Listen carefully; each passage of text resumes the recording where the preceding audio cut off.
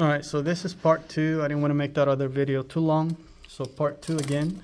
I'm going to notice that this is negative square root of 5. So I'm going to change the sign just of one of them, not both. So multiply by the square root of 3 plus the square root of 5. So just change the sign of one of them, not both. Okay? So square root of 3 plus square root of 5, numerator and denominator. And let's start multiplying. All right, so then 4 times this, that's equal to 4. 7 times 3, that's 21, so square root of 21. And then 4 times 1, this is an implied 1, that's 4. And then 7 times 5 is 35. So plus 4 square root of 35. And again, this cannot be simplified because you only have 3 times 7, right? They're both prime. This is 7 times 5. 7 and 5 are prime. There's only one of each. We can't simplify that. Now let's go to the denominator. Square root of 3 times square root of 3, I hope you understand, that's the square root of 9, which is equal to 3, right? Then square root of 3 times 5, square root of 5, that's the square root of, so plus the square root of 3 times 5, which is 15. And negative square root of 5 times positive square root of 3, that's minus square root of 15. And then square root of, let's see, negative square root of 5 times positive square root of 5, that's negative square root of 25. Again, these two cancel.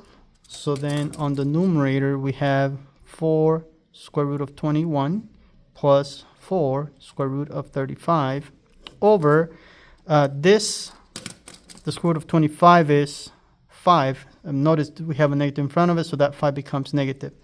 So then we have 3 minus 5, which is negative 2. Okay, so then for this one here, there's a GCF of 4. So I'm going to factor it out, and this becomes the square root of 21 plus the square root of 35. All of this over negative 2. So then this 4 becomes a 2, and it's negative because this is negative, and this becomes a 1.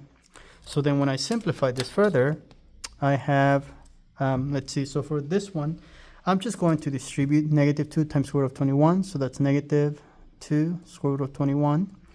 And then this is negative times positive, negative 2 square root of 35. And that's the simplest answer for that problem. Okay.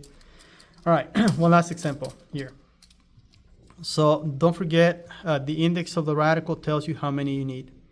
So for example, in this case, what we need is we have x to the first. We need x to the third to be able to take it out. So then let's multiply numerator and denominator by just this. Actually is not the conjugate. You're just rationalizing.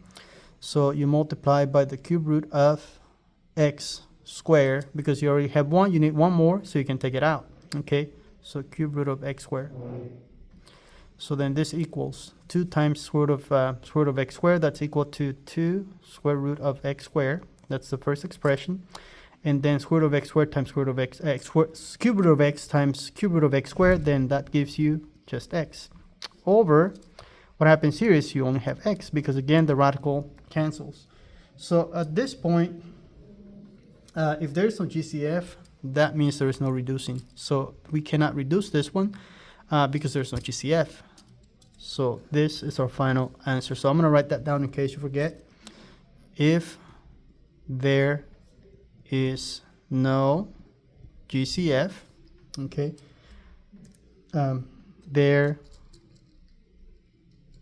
is no reducing. So you can try, but I hope you can see it, that there's no reducing here, like on example number 6 and 7. So this is the final example for this lesson. Thank you for watching. I'll see you in the classroom. Bye-bye.